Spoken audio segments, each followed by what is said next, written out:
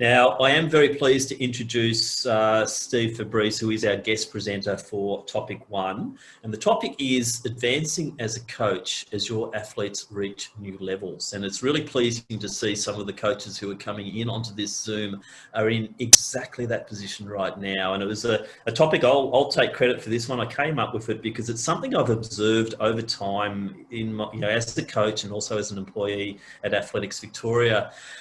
In the coaching world, a lot of people think us coaches are all rock solid and steady and full of confidence, but as you all well know, that's not always quite the case. And you might have a talented junior or even an accomplished senior drop into your lap and you think, oh my God, can I take this person on the journey that they're going to be taking? Do I have the skills?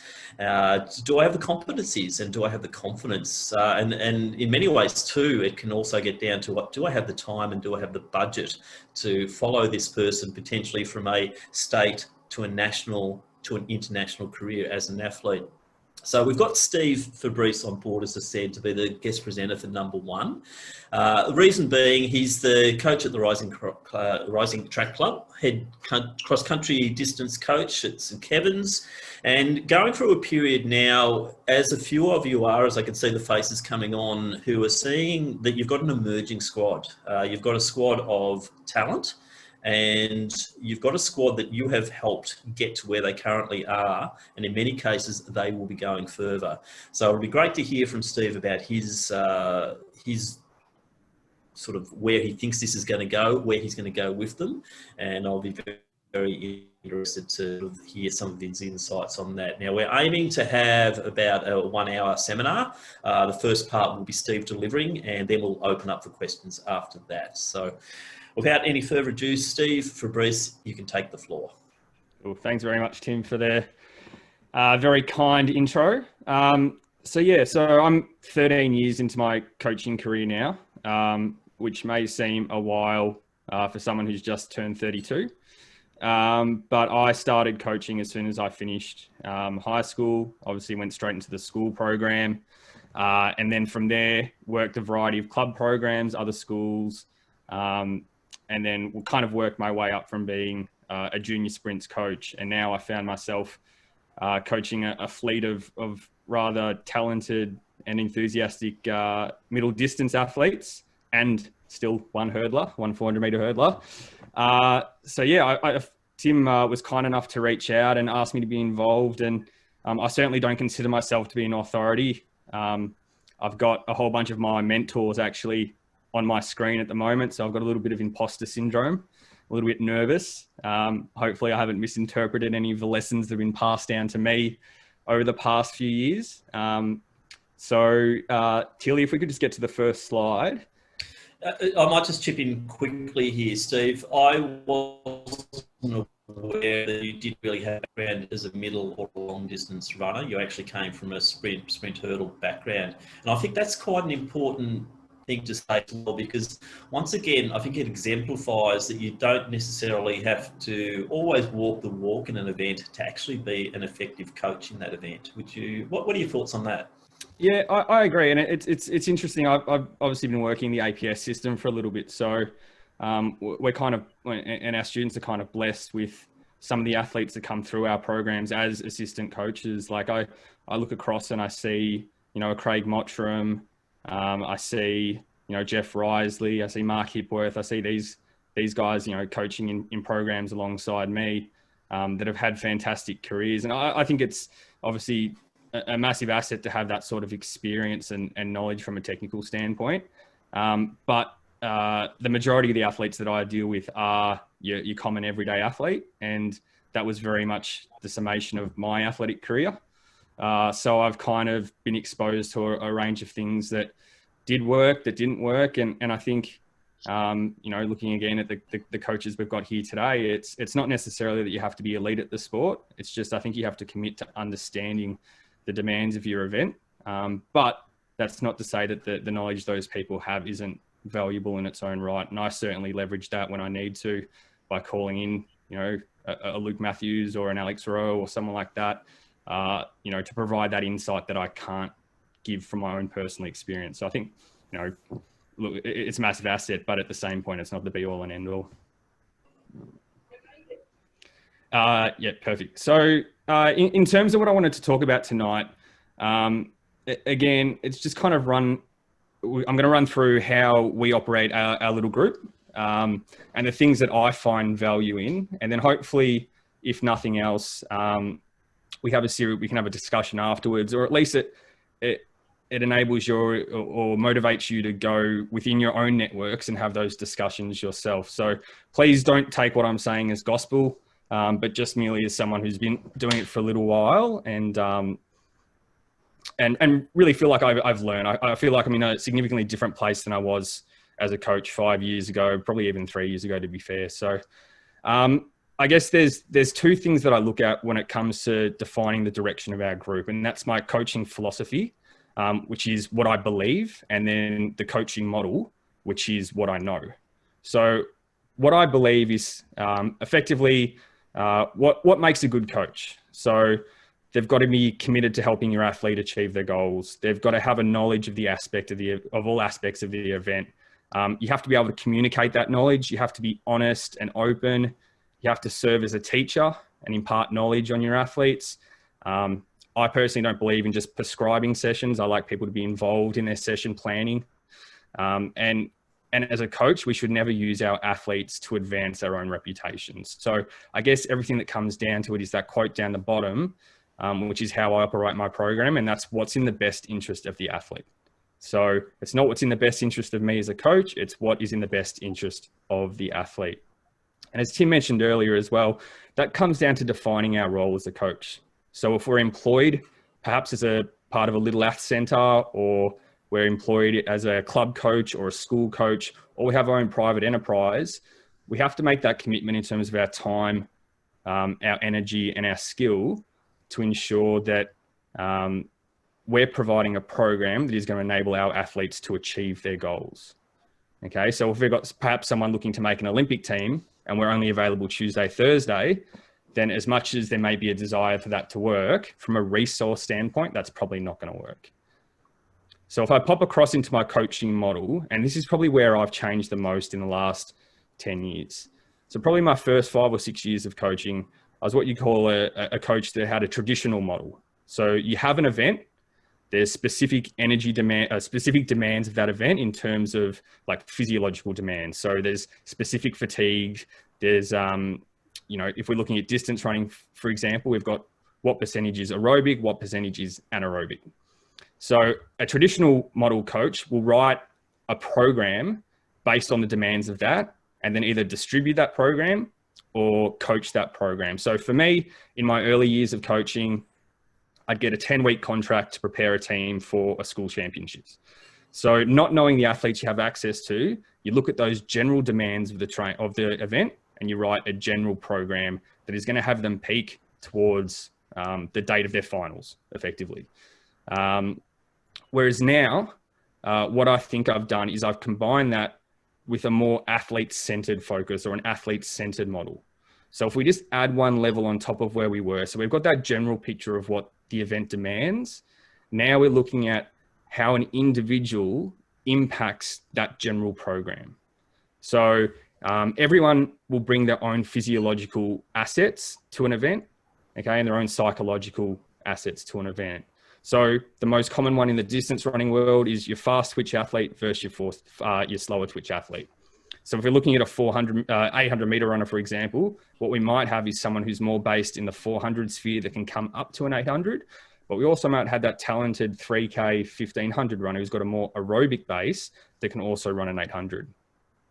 Things that we've also got to look at when we're looking at a athlete-centered model as well is those external factors. So if we're dealing with junior athletes, a lot of our athletes might play football, they might play netball, or they might do triathlon, or they might have another sport that's going to be taking demands on their time and the energy they have to commit to athletics as well. So what we need to do is bring that athlete to the event rather than bringing the event to the athlete.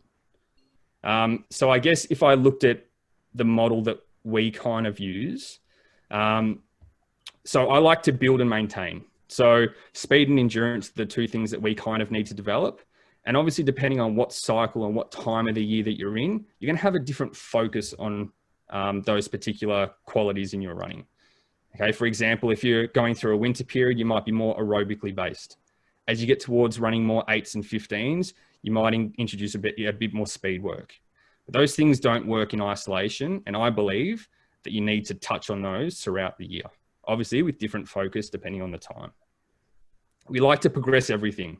So as much as we have our staple sessions, so for a distance runner, might be 6 by a K, something like that, a bit of variety in there will keep the body guessing and will increase the amount of adaptation we have after a session. And then my third thing is I like to balance that. So again, building off the first point, okay, we can't go one time of the year where we're just purely working on speed because there's a bunch of risk factors that come in with that. My fourth thing is I like to individualize. And obviously that's really hard when we're working on online programs or in big squads, but it can be something as small as a cue or a technique or something that you're working on with that athlete, whether it's running a rep evenly paced, whether it's getting to their speed early, whether it's making sure they finish off a rep well. That individualization will allow that athlete, even on a more general program, to have their best improvement during that time. The fifth one is to make it simple. So our athletes don't necessarily need to know everything that we know. They should trust that we have that knowledge and they should feel comfortable to ask us about that knowledge. But it's got to be something that we can say, hey, this is the session, this is why we're doing it, this is what we're looking to gain, and this is how I'm looking for you to do it. There's nothing worse than a confused athlete getting to the start of a rep at training and going, wait, what are we doing and how are we doing it? My second final point is that I try not to be blinded by bias. So obviously I've had all my own experiences as a meddling athlete back in the day, and I've had some pretty cool experiences with some squads that have allowed me to sit around and watch what they do. And I'll obviously always have my own bias. So those things that I like to fall back on, whether it's a favorite session, whether it's how my week is set up. Obviously being more in the school system, the traditional model would kind of be a Tuesday, Thursday, Saturday. You know, Tuesday might be an aerobic session, Thursday might be an anaerobic session, and Saturday is normally a competition. Obviously, a lot of squads are moving towards a more college-based system here, where we're looking at Tuesday, Friday as our main sessions, and then some sort of harder run on a Sunday. So it's having that bias and having that thing where we're comfortable, but also being willing to look outside of our comfort zone to change things up. And my final point is that, as I mentioned earlier, athletes don't exist in a vacuum. So we have to take into account the other things that are going in their lives. So from a school athlete, if that boy or girl is normally at the front of the warm-up being chirpy, and we notice one day they're at the back of the warm-up, they're looking sluggish, then that's a really good time for us during our drills or sprints to go and have that conversation, figure out if we need to be changing our program or changing maybe our pacing or something like that for the day, because there's other things that are occurring outside of that 90-minute session that we might be seeing them that could have a massive impact on their ability to perform that session well. So as coaches, what do we need to know? Well, I think it's really simple. I think the training boils down to stimulus. So what we're getting the athletes to do, and then that adaptation, so that benefit or improvement will occur based on whether we have adequate recovery and nutrition post-event. So there's no unified or agreed upon training methodology. There's not, as much as, from a distance coach or a sprint coach perspective, a lot of coaches or squads will look similar during a week. So we might be that anaerobic Thursday, Tuesday might be more aerobic. You might do a threshold on a Saturday or Sunday or whatever it is. There is no unified methodology of training. And that's the beauty of coaching, and that's the art of coaching. And I think that comes down to just 4 simple things. So it's what adaptations are required for that individual to improve. How do we time that? How much stimulus? So we're talking like volume, reps, sets, intensity, density, all that sort of stuff. And then our fourth point would be how much recovery do they need? So what adaptations required? Where do we time it based on where we are in the year? How much stimulus or how much training do we need? How much recovery do we need? And then that final point is coming back to acknowledging and accommodating for those external factors. So I think that's really what coaching comes down to. So regardless of the technical knowledge or whether you subscribe to a Lydiard model or to like a Canova style method, whatever, a Jack Daniels style programming, whatever it is, as long as you understand those 4.5 basic concepts, I think we all have the capacity to be really good coaches. Steve, Yep. I'll just chip in. So in terms of your philosophy and model, how and when do you assess and review each of these? Yeah, so personally, I think almost every session on the drive home is what was I don't know, speaking to Peter Burke, who's in here today, who's, as I call him, he's my track grandpa. He's my oracle when it comes to all things athletics. And I think for me, it's getting in the car and understanding, well, what was I trying to achieve? Did I communicate that properly? And did my athletes understand? And did they achieve what I was looking for them to achieve? So we do a fair bit of personal, and I've got this, I think in the next slide, I've got a fair bit of personal reflection and athlete reflection. So our athletes keep a training journal.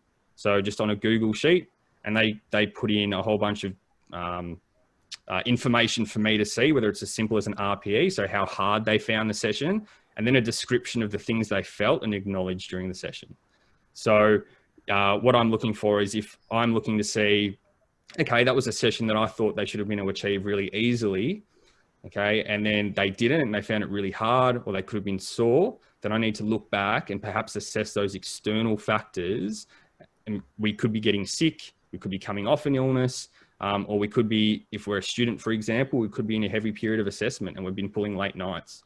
So in terms of my overall model, I think I assess that at the end of every season. And I'm sure most of the coaches in here will appreciate that our programs look radically different, probably year on year.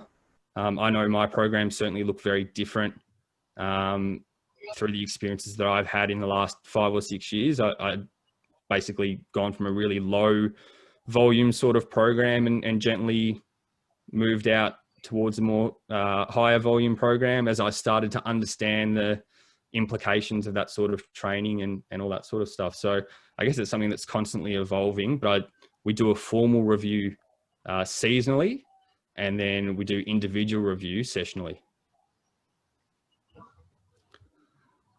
So I guess if you just finishing up on that model, so obviously the manipulators as coaches, you guys will be completely aware of.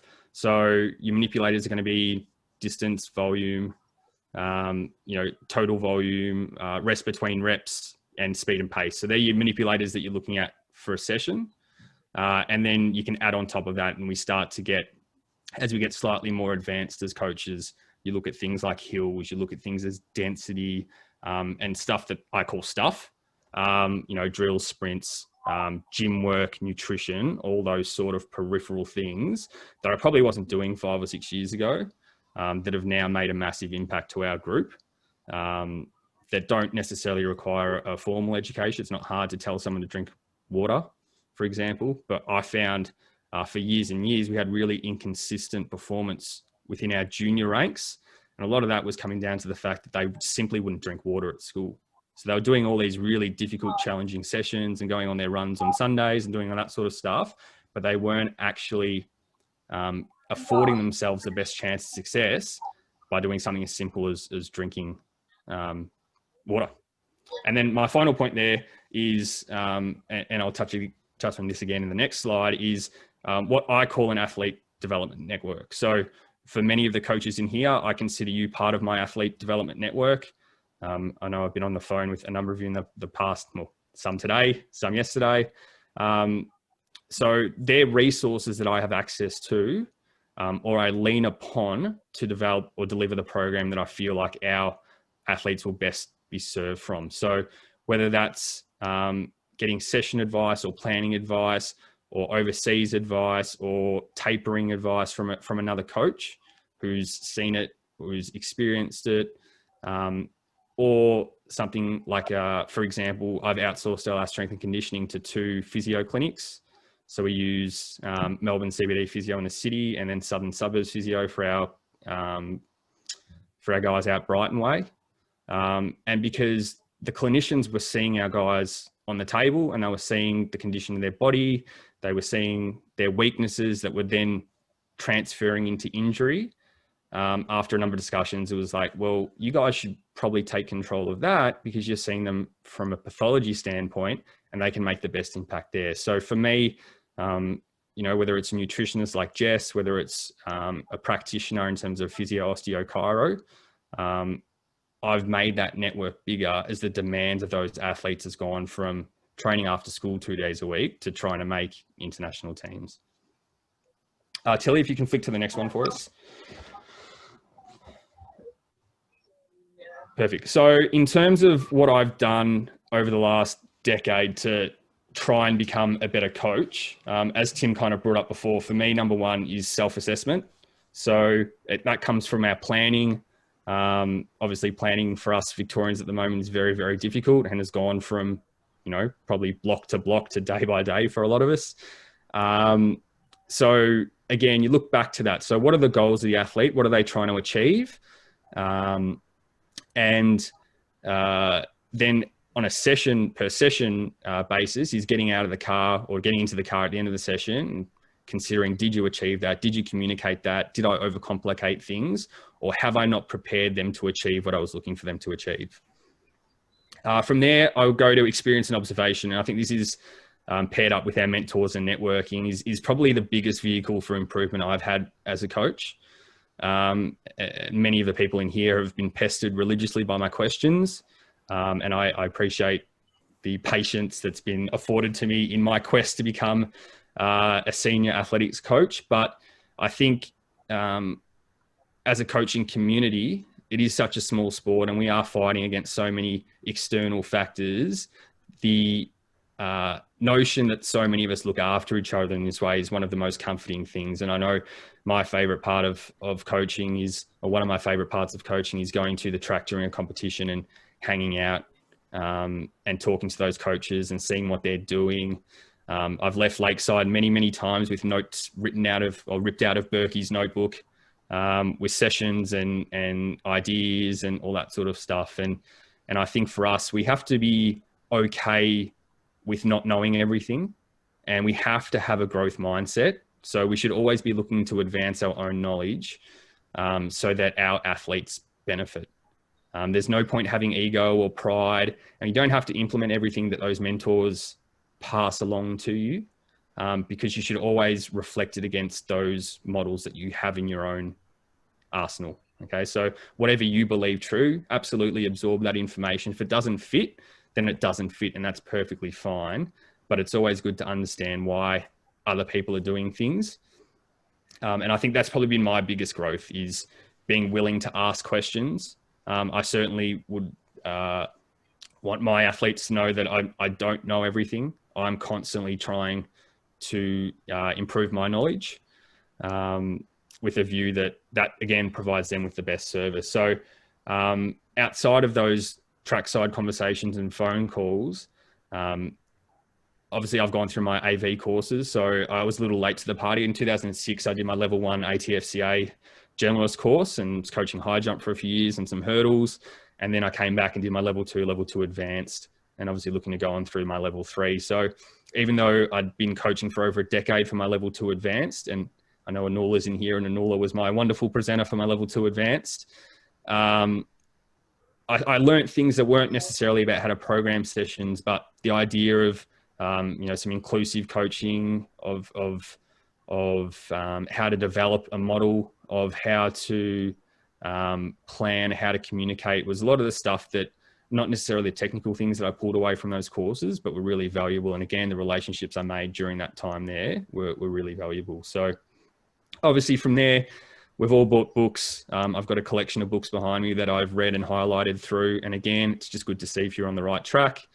And then athlete feedback, I think, is one thing that we might not capitalize on as much as we can or we should. And I think that's probably where I've grown the most, would be making sure that I'm speaking to our guys regularly to see how they're feeling. Especially handy when it comes to ideas like tapering or preparing athletes for a major championship. So not everyone tapers or prepares in the right way, in the same way. people respond differently. Some like to continue a high training load. Some like to come down by 50, 60, 70%.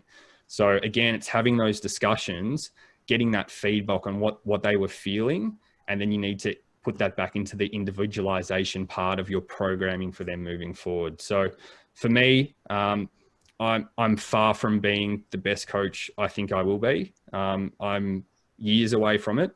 I'm extremely grateful to the athletes that are part of our little group, who may well could have gone elsewhere, but have allowed me the opportunity to grow alongside them. And I think that's one of the things that when Tim asked me about this, I was really keen on getting across is this perception that we have to be a development coach or an elite coach. But I think if you have an understanding of those 4 things that I mentioned earlier, that good quality coaching should be afforded to little athletes and senior elite athletes. It's just the way in which you communicate it. But ostensibly, we're looking for those stimulus and those adaptations based off recovery. And that's applicable to the first-time little athlete to an Olympian heading into their 2nd or 3rd Olympics. It's just the level of detail may be a little bit less, and there might be a little less involvement, but it's ostensibly based off the same thing. So regardless of what level that you guys are currently coaching at, I think there's a huge value to that growth mindset and continuing to develop that knowledge. So Tilly, if we can go on to the last slide. Steve, before we start on that one, Yep. One thing you sort of touched on, and it can be a contentious thing, a very emotive thing as well, as the movement of athletes between squads, coaches. What's your experience with that? Because you've probably received it in both directions. You might have had athletes coming in away from another coach or losing an athlete to another coach. Just what's your general view on the way that can be best handled? Yeah, look, absolutely been on both sides of it. I think it can sometimes from the outside look a bit more nefarious than it could be. So for me, I don't run a business, so I don't have a financial stake in that. So for me, I'm a bit of an athletics tragic. And again, that's coming back to my mission statement is that, I do whatever is in the best interest of the athlete. So there's probably a couple of categories that we can break that down into. For me, is this the best place for that athlete? So again, we look at timing and resources and all that sort of stuff. Do I have the time to coach that athlete to help them achieve their goals? So again, if that's a no, if I'm only coaching twice a week and they want a full-time program, understandably, that's a more than reasonable reason for that athlete to depart. The way I look at it from a coaching perspective is, are you still achieving progress?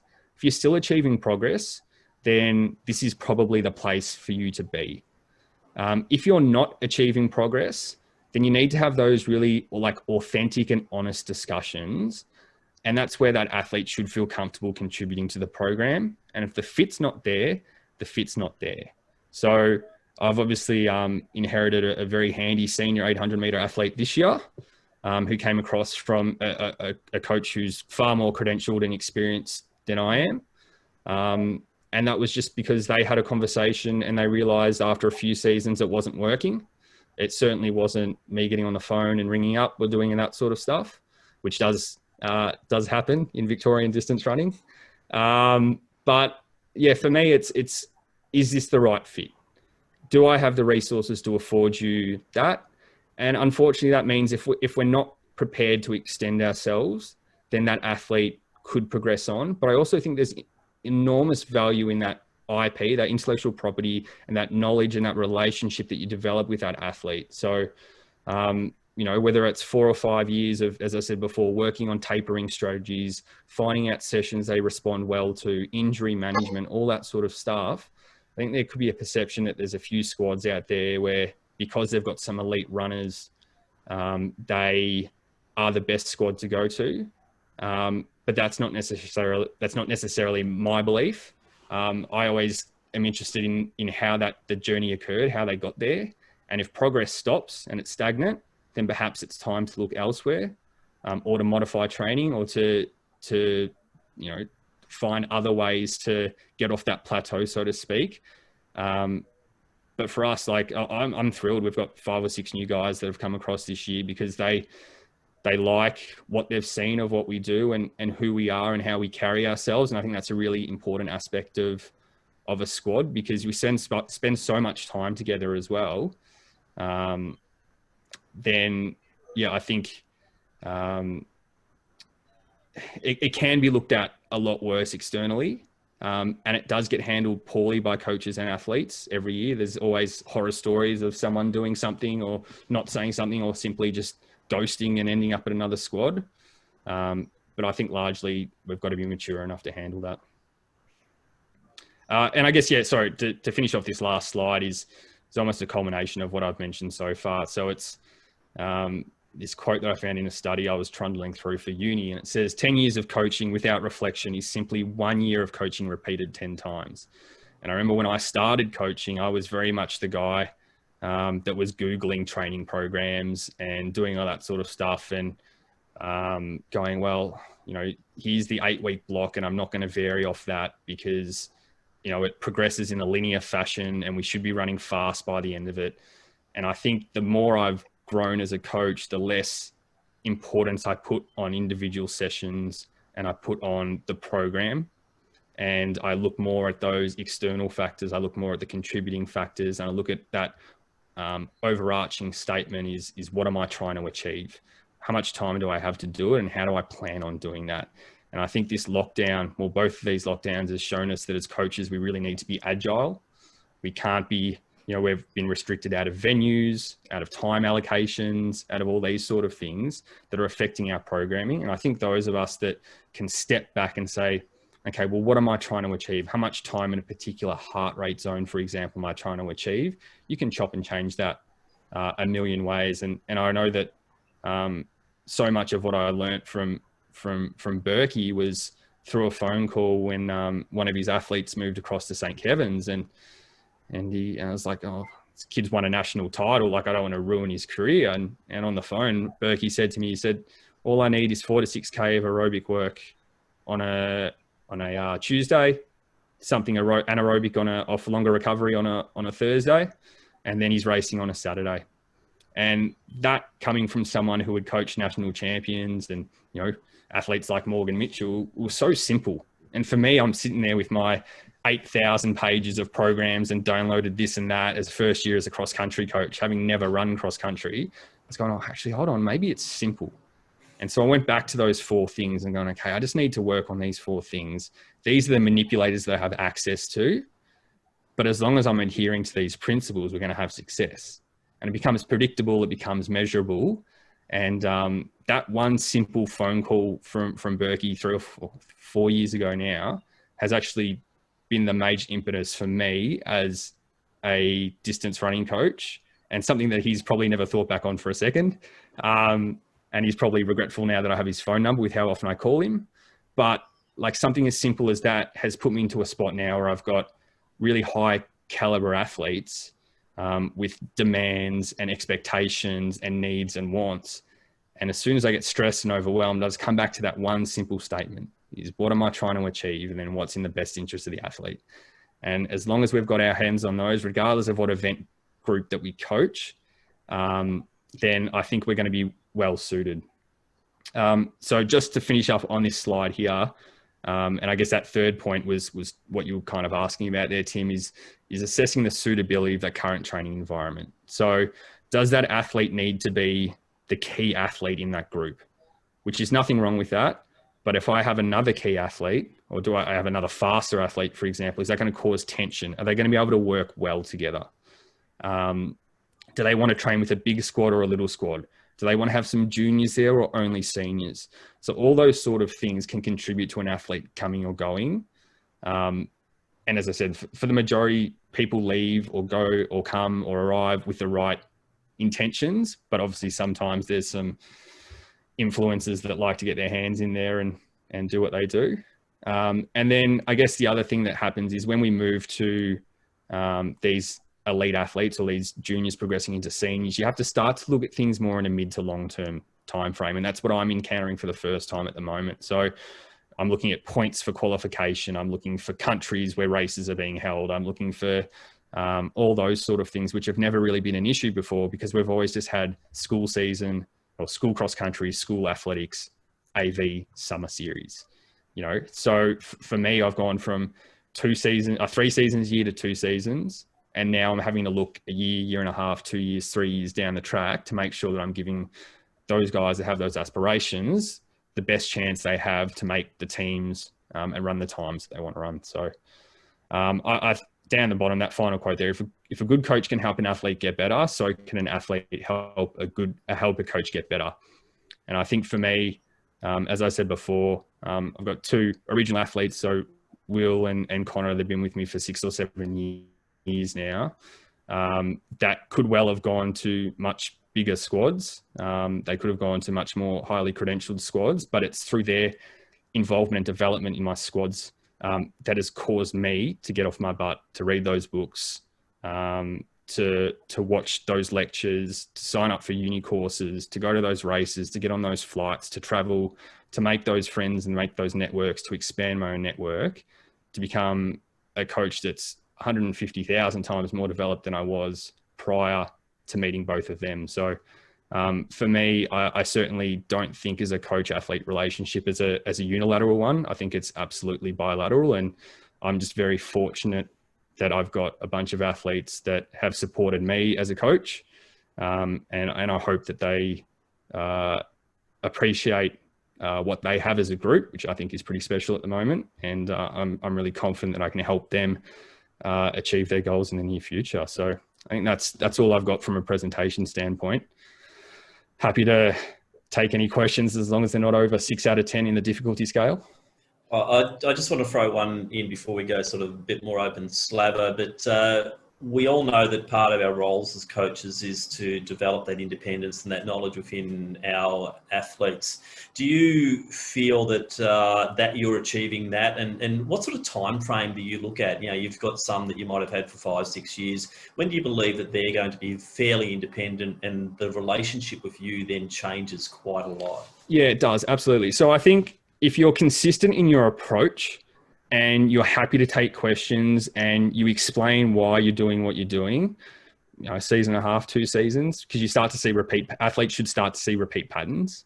So whether it's describing or explaining to an athlete how you might periodize a season or how you design your training cycles. And we constantly try these, you know, all the time. We've tried 2-week training blocks. We've tried, 7 days. We've tried 9 days.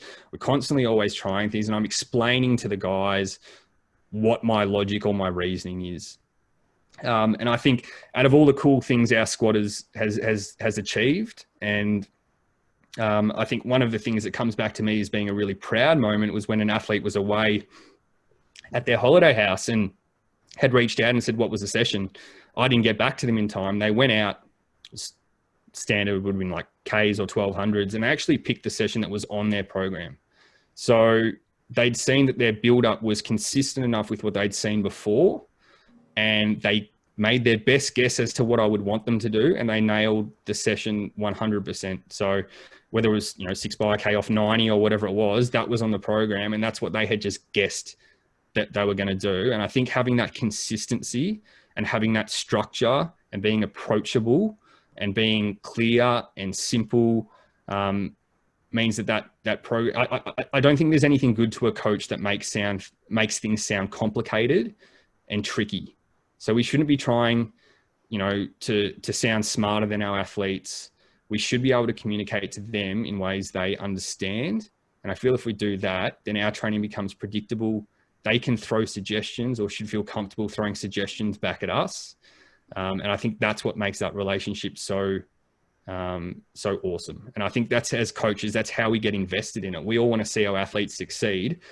And I feel like if the athlete is invested in their training program, then obviously that bond will develop quicker. And again, that's not to say, so for me, like, I think with our program, I kind of always had one training program. And I feel really bad for some of those guys with us a few years ago where I was training 3K guys like they were 800 guys.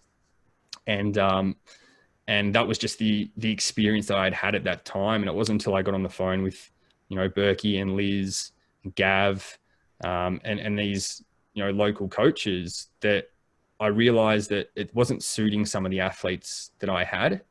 And then I had to develop a second model. So, effectively we have a fast twitch model and a slow twitch model, which is a fairly common thing. But yeah, I think as long as you're consistent with your coaching and you're clear and you're simple, 1.5 to 2 seasons is where you're at. You should see everything twice and understand why you're doing it. Excellent. All right, we'll lead off with Sean's question, which was one that popped into my head too. With the collegiate style that you've sort of implementing, what would happen to the Saturday session with the harder Friday session? How do you juggle those sort of things around? Yeah, so we jog on a Saturday, and then you're looking at like a progression run or like a threshold within a long run or something like that. So it depends. We obviously wouldn't do that with our younger guys because most of them will have fixtures. And I think fixtures, races are incredibly important to teach. And that's probably one thing I didn't quite touch on was, for me, I think racing is an incredible teaching tool. I'm certainly not a coach that says to an athlete, I want you to kick at 200.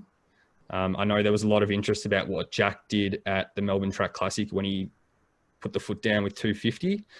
I promise you, I knew absolutely nothing about that. That wasn't planned. It wasn't anything we'd spoken about before. I just given him one cue, which was to be in the front half when he broke, because I thought that there was some athletes that were going to go to the back of the race. I wanted to make sure I was in front of them. But for me, it was just empowering him to have the confidence to make that decision. And then we were going to learn from that decision. So in terms of the collegiate style thing, we have a very few of our longer range runners. And I know Liz is doing that at the moment as well with her squad.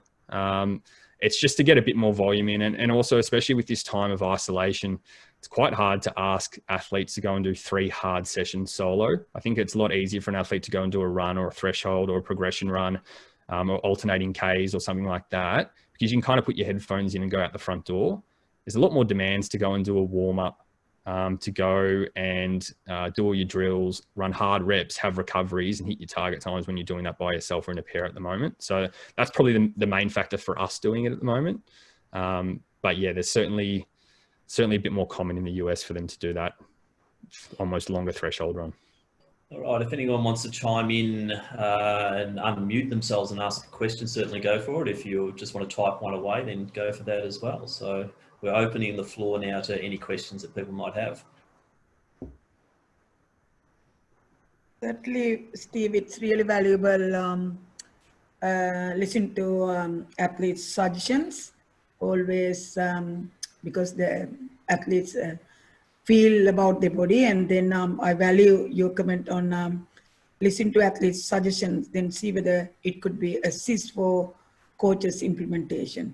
So because you as a coach, we do programs, athletes feel when they're running. So it might sometimes, it would be a very good quality, listen and share ideas and discuss with athletes' suggestions. It's very valuable too.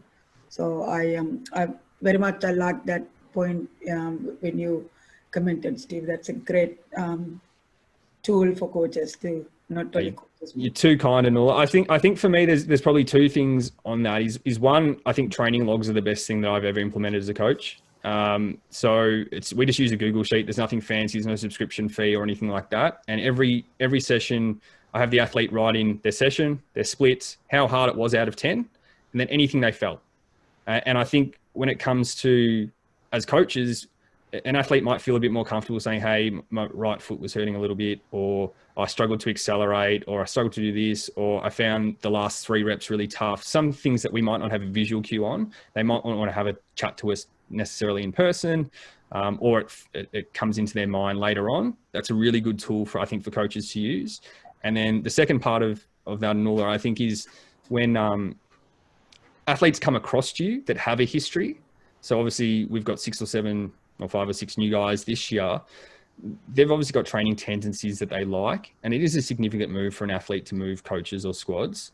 So sometimes it's good to say to that athlete, hey, has there ever been a session where you walked off the track and you're like, I nailed that, walked off full of confidence? Because then perhaps someday down the track, athletes low on confidence, and there's something in that back pocket that you've asked them about where they're comfortable, where they're going to get excited about it. So I think especially when athletes join squads, that initial briefing is super, super important to having that athlete integrate into your program. Absolutely. It's not only programs in athletes as have their favorite drills they run through and they feel better. Exactly. Spot on. So every athlete has some favorite drills, not only just ABC. Yeah. So, and one of the things that, and this is going to sound like a horrendous name drop, so I do apologize. But when Matt Centrowitz was down here a couple of years ago, he was, when he was training, he did one thing that was different to all the training that I'd seen here in Australia, and they had first rep time at training. So what he meant by that was, I don't care when you get to the track, warm up, do whatever you need. I'm hitting the first rep at 10 a.m. And so we've started implementing that when we have some key sessions. So if we have that once or twice a season where we're going genuinely till we get very uncomfortable, or we're time trialing, we're doing something like that, the message will go out to our squad and it's like, okay, we're going to, be at Moorabbin, we're going to be at Duncan McKinnon, we're going to be wherever we're going to be. Gun goes at 10 o'clock. Be there when you need to be there. I don't mind if you put your headphones in and hang on the back straight, like full race preparation, because as you said, everyone is different. Everyone needs to do particular things on race day or race night to get comfortable. And I take that same approach to training. So that was one of those small things that I picked up along the way that completely changed my perspective on the way that I did something. Excellent. Thank you. Can I ask a question? Absolutely. I'm involved primarily in the throwing event coaching. And over the years, we've had numerous athletes have attained state level and even qualified for, the junior age group national levels.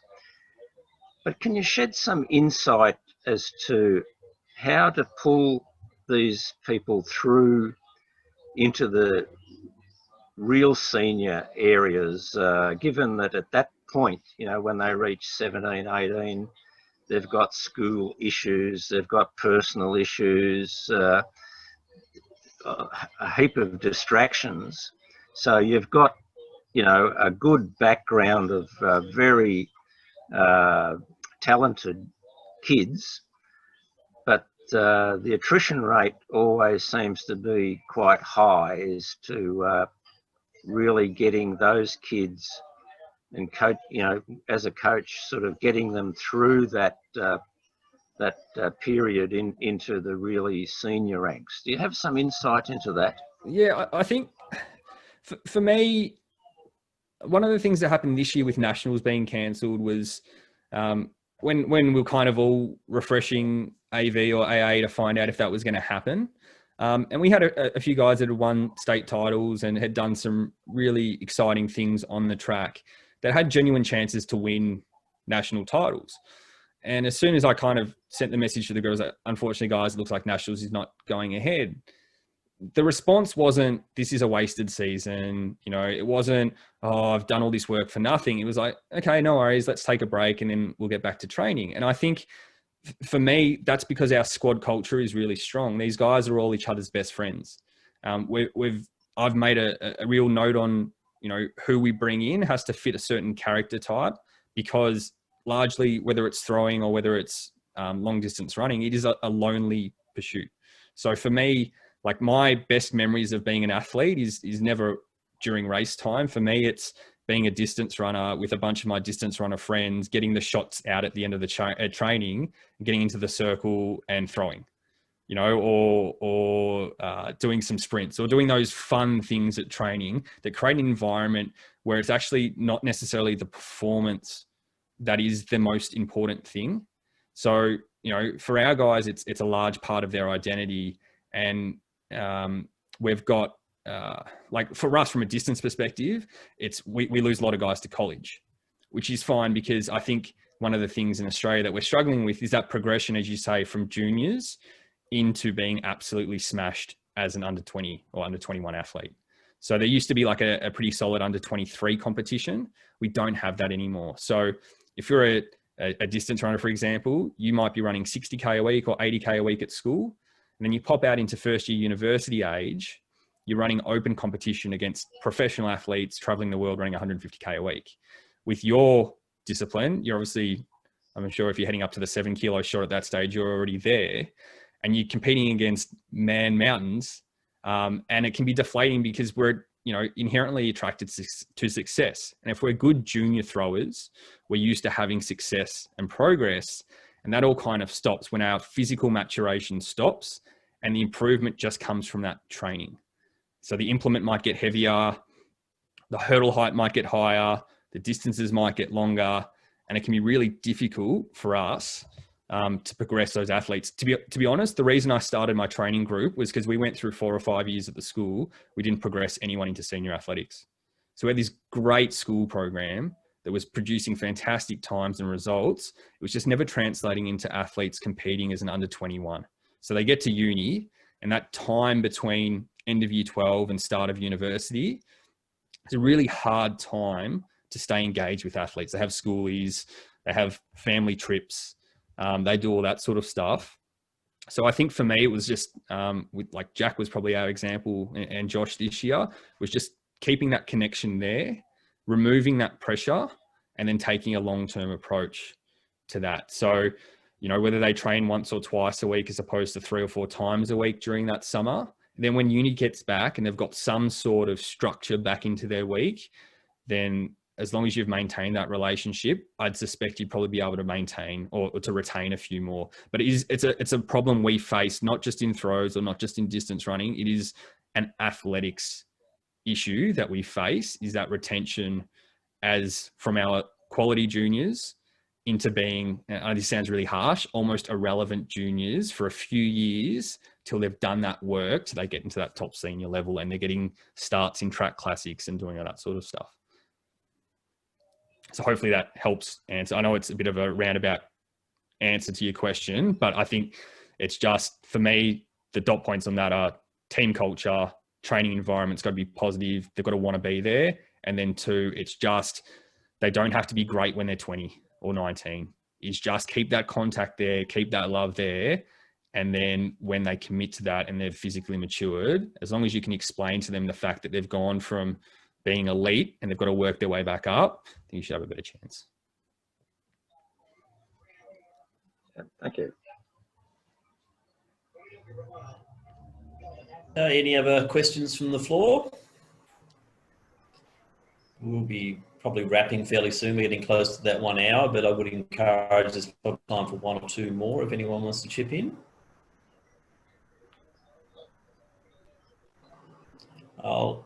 If not, if it's all silence, I'd just like to say a very big thank you to Steve for giving us his time and intellectual insights there into a very interesting topic, and hopefully everyone's taken some things out of this. I certainly have. Also, thanks to Tilly for doing so much work in the background to get these things going. As I said, there is a series of these coming up. The next one will be Alwyn Jones, I believe. He'll be our guest speaker. And then we'll have Mark Stewart, and we are already planning series number 2, which will continue on from that. So thanks again, Steve. Thanks to everyone for chipping in. A very good response to this tonight. I think that we were sitting well over 50 there at one stage coming in. So I think Tilly's got a big smile on her face, so she knows that that's a good result for us.